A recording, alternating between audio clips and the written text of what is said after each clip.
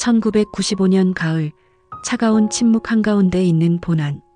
한강에서의 다툼 이후 보난과 정희는 2주째 연락을 하지 않았다. 평소 같으면 매일 삐삐를 주고받았는데 이제는 아무 소식도 없었다. 보난은 숙소 침대에 누워 천장을 바라보며 정희를 떠올렸다. 전화하고 싶었다. 하지만 뭐라고 말해야 할지 몰랐다. 미안하다고? 그래서 뭐가 달라지나? 본사로 가겠다고? 그건 거짓말이 될 것 같았다. 정희도 전화기를 붙들고 앉아 있었다. 보난의 삐삐 번호를 누르다 말다를 반복했다.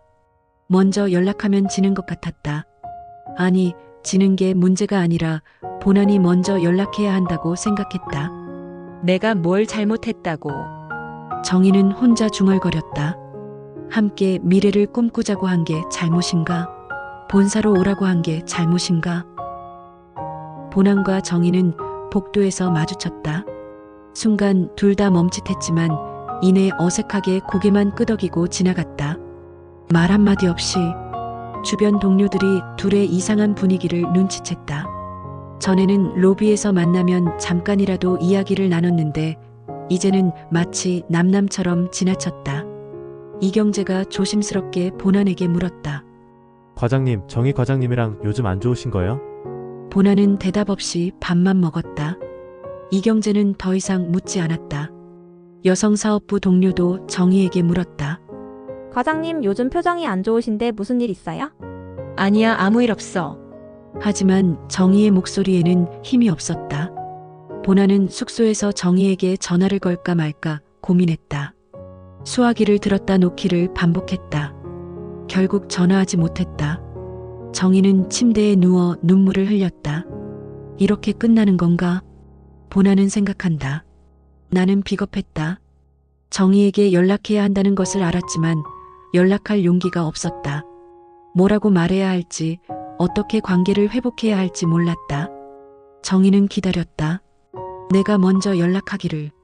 하지만 나는 침묵으로 일관했다. 그 침묵이 우리 사이를 점점 더 멀어지게 만들었다. 2주라는 시간이 우리를 완전히 다른 사람으로 만들어버렸다. 연인에서 남남으로. 2주간의 침묵을 깬 것은 정이었다. 보난의 삐삐에 메시지가 왔다. 한번 만나서 이야기하자는 내용이었다. 보난은 삐삐를 보며 한참을 망설였다. 만나면 뭐라고 말해야 하나. 하지만 이대로 끝낼 수는 없었다. 공중전화로 정희에게 전화를 걸어 토요일 저녁에 보기로 했다.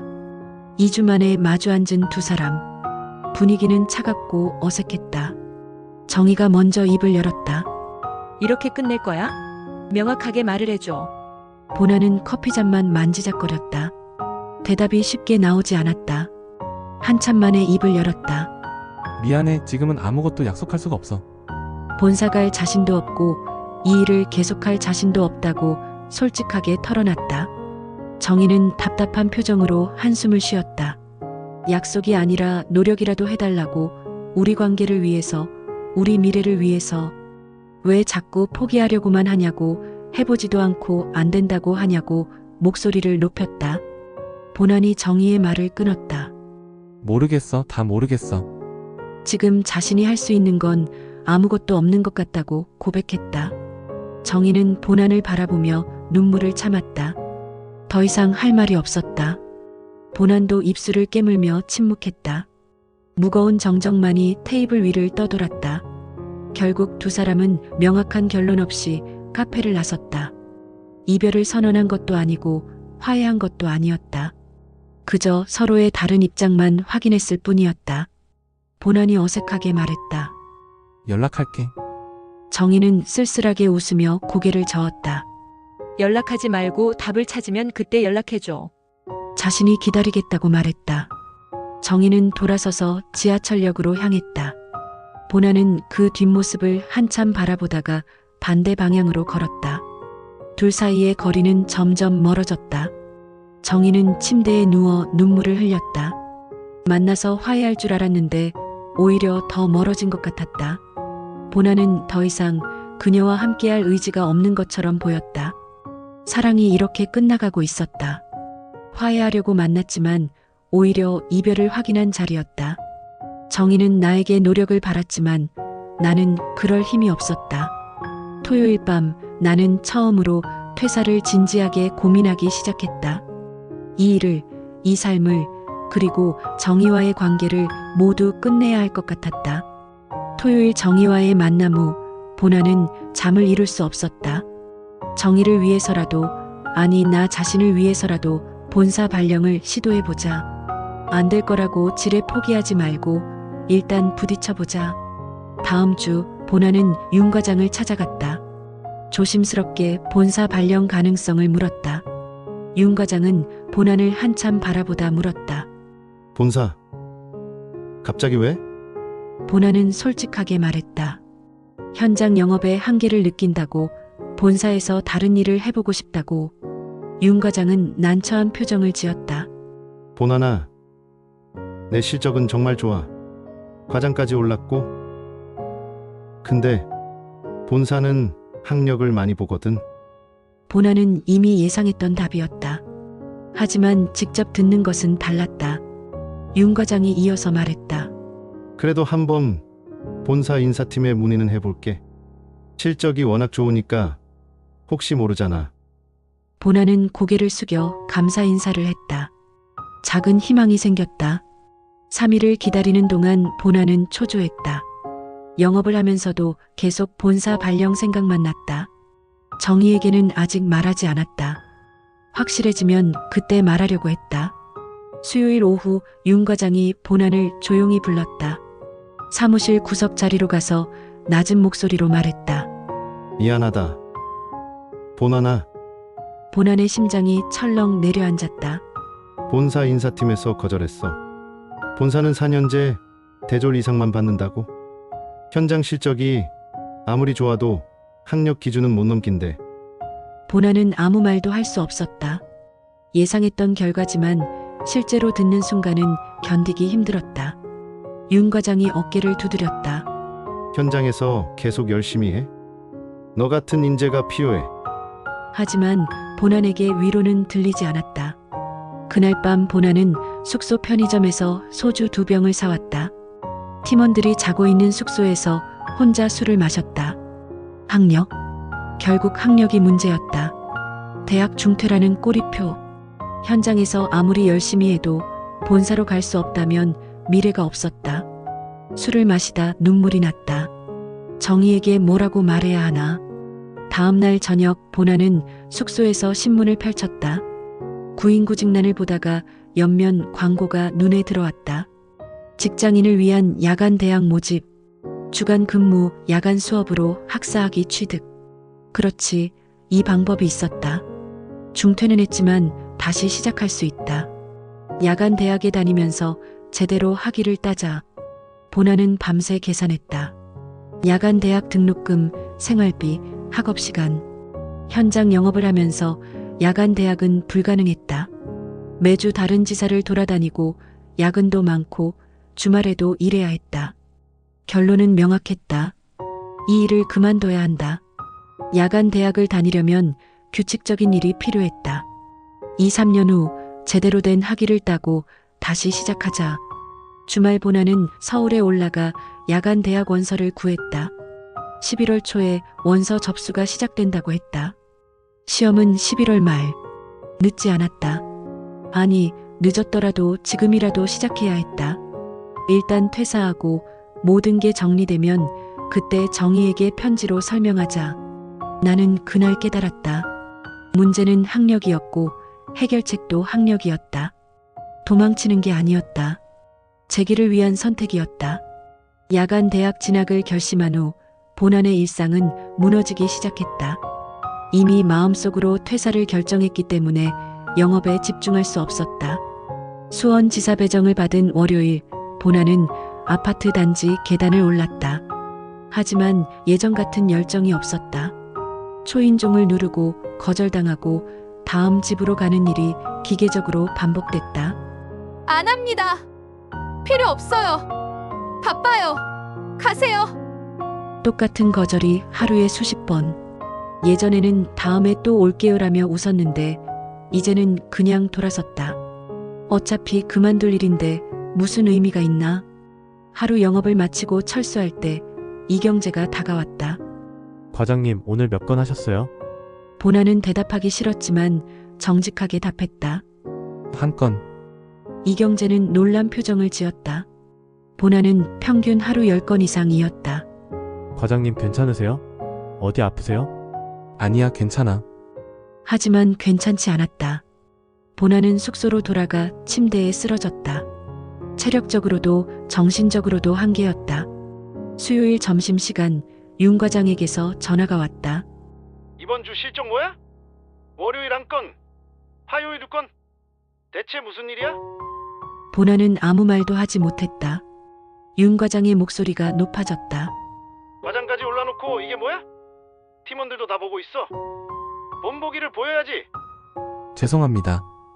하지만 더 이상 할 수 없었다. 목요일 밤 팀원들이 회식을 가자고 했지만 보나는 거절했다. 숙소에 혼자 남아 창밖을 바라봤다. 야간 대학 원서는 다음 주에 우편으로 보낼 예정이었다. 시험은 11월 말. 퇴사하고 한 달간 공부하면 될 것 같았다. 모든 계획은 세워졌다. 이제 실행만 남았다. 금요일 저녁 철수 시간. 한 주간의 영업을 정리하며 윤 과장이 발표했다. 이번 주 팀 실적 많이 떨어졌습니다. 특히 보난 과장. 이번 주 12건, 평균의 절반도 안 됩니다. 보나는 고개를 숙였다. 팀원들이 보난을 바라봤다. 걱정 어린 시선, 실망한 시선, 의아한 시선들. 나는 무너지고 있었다. 영업 실적도, 팀원들의 신뢰도, 회사에서의 입지도 이미 마음은 떠나 있었으니까. 정희는 여성사업부 부장실로 호출됐다. 들어서자 부장이 환하게 웃으며 축하 인사를 건넸다. 본사 교육팀 발령이 확정됐다는 것이었다. 11월부터 출근하면 된다고 했다. 정희는 기쁘면서도 복잡한 감정이 들었다. 드디어 본사 내근직, 규칙적인 출퇴근, 안정적인 커리어. 여성사업부 동료들이 정희를 축하했다. 본사 발령은 모든 현장 직원들의 꿈이었다. 정희는 웃으며 감사 인사를 했다. 하지만 계속 보난 생각이 났다. 이 소식을 전하면 보나는 뭐라고 할까? 정희는 사무실을 나와 공중전화로 보난의 숙소에 전화를 걸었다. 마침 보난이 받았다. 정희는 조심스럽게 본사 발령 소식을 전했다. 전화 너머로 긴 침묵이 흘렀다. 보난은 한참 만에 축하한다고 말했다. 목소리에는 힘이 없었다. 기쁨도 슬픔도 없는 무덤덤한 톤이었다. 정희는 용기를 내어 물었다. 본사 발령 알아봤어? 정희는 답을 알고 있었지만 듣고 싶었다. 보난이 작게 대답했다. 안 된대, 학력 때문에. 정희의 가슴이 먹먹해졌다. 보난이 시도했다는 것만으로도 고마웠다. 하지만 결과는 냉정했다. 정희는 그래도 노력한 게 중요하다고, 고맙다고 말했다. 보난은 미안하다고만 했다. 목소리가 떨렸다. 정희는 눈시울이 뜨거워졌다. 미안할 것 없다고, 다른 방법을 찾아보자고, 주말에는 만날 수 있다고 말했다. 하지만 보난은 대답하지 않았다. 정희는 참았던 말을 꺼냈다. 우리는 어떻게 되는 거야? 이대로 계속 이렇게 지낼 거야? 긴 침묵 후 보난이 작게 말했다. 모르겠어.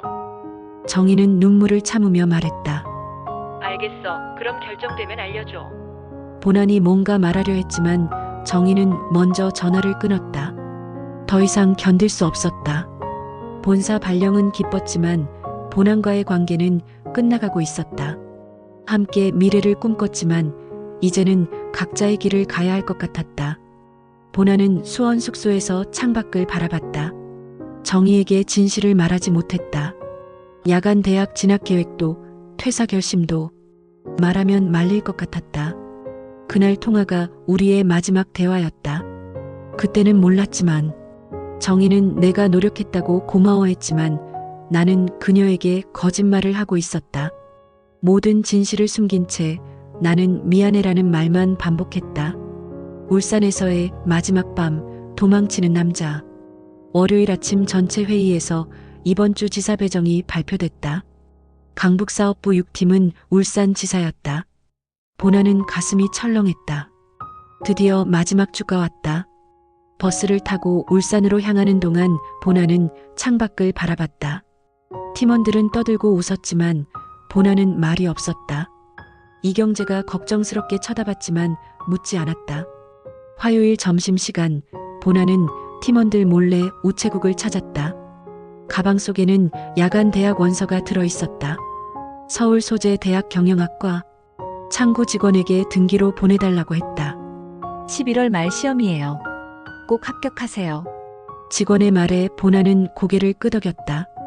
이제 돌아갈 수 없는 다리를 건넜다. 수요일 밤 팀원들이 잠든 후 보나는 조용히 일어났다. 가방에서 편지지를 꺼냈다. 첫 번째 편지, 윤 과장에게.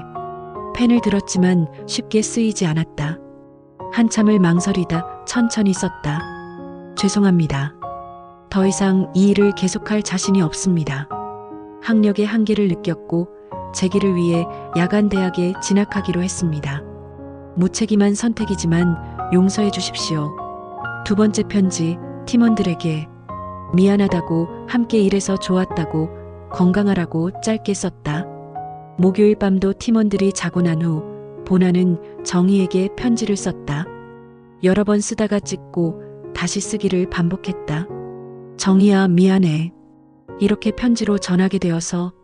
내가 변하지 않으면 우리에게 미래가 없다는 걸. 그래서 결정했어. 학교로 돌아가기로. 야간 대학에 진학해서 제대로 학위를 따려고. 그래서 회사를 그만두기로 했어. 하지만 지금 나한테 필요한 건 도망이 아니라 재기야. 2, 3년 후 학위를 따고 제대로 된 직장을 구해서 그때 다시 너를 찾아가도 될까? 기다려달라고는 못하겠어. 너는 내 길을 가. 미안해. 그리고 고마웠어. 편지를 다 쓰고 보나는 눈물을 흘렸다. 소리내지 않으려 입을 막았지만 어깨가 떨렸다. 금요일 새벽 5시. 보나는 조용히 일어나 짐을 챙겼다. 잠든 팀원들 사이를 조심스럽게 걸어 나왔다.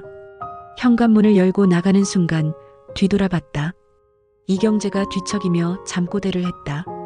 보나는 작게 속삭였다. 미안해, 경재 선생님. 다들 건강해.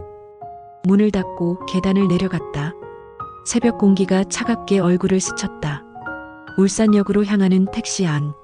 기사가 물었다. 젊은 양반이 새벽부터 어디 가시나? 서울이요. 급한 일 있으신가 봐요? 보나는 창밖을 보며 대답했다. 도망가는 거예요. 기사는 뭔가 말하려다 그냥 운전에 집중했다. 1995년 10월 27일 금요일 새벽. 나는 도망쳤다. 울산에서 서울로 가는 기차를 기다리며 생각했다. 이것이 끝인가 아니면 새로운 시작인가. 25살의 가을, 나는 모든 것을 버리고 다시 시작하기로 했다. 다음 날 경재가 일어나 테이블 위 편지들을 발견했다. 급히 윤 과장에게 전화를 걸었다. 본사는 발칵 뒤집혔다. 과장이 편지 한 장 남기고 사라진 것이었다. 그 후 알게 된 이야기들. 이경재. 보난이 떠난 후 6개월을 더 버텼다. 하지만 1996년 봄 결국 퇴사했다. 퇴사 후 작은 무역회사에 취직했고 지금은 자영업을 하고 있다. 오렌지족 진우는 부모님이 운영하는 사업을 돕기 시작했다. 윤 과장은 본안의 퇴사 후에도 현장에서 3년을 더 일했다.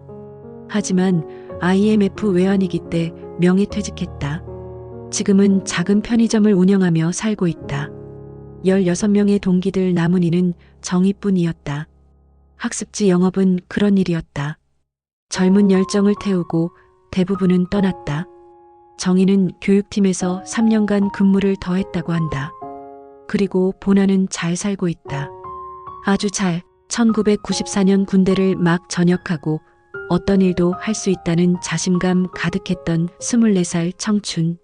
하지만 세상은 내 생각만큼 호락호락하지 않았다. 지금 생각해보면 그 또한 젊었기에 가능했던 일이라고. 이만큼 사는 것도 그때 어려움들을 잘 헤쳐나가 현재의 밑바탕이 되었던 것 같다. 이제 늙음을 준비해야 하는 나이지만 그래도 그때가 가끔 생각난다. 본안 이야기를 끝까지 함께 해주셔서 감사합니다. 이 이야기는 실화를 바탕으로 각색을 통해 여러분께 전달해 드렸습니다. 다음 이야기도 기대해 주세요.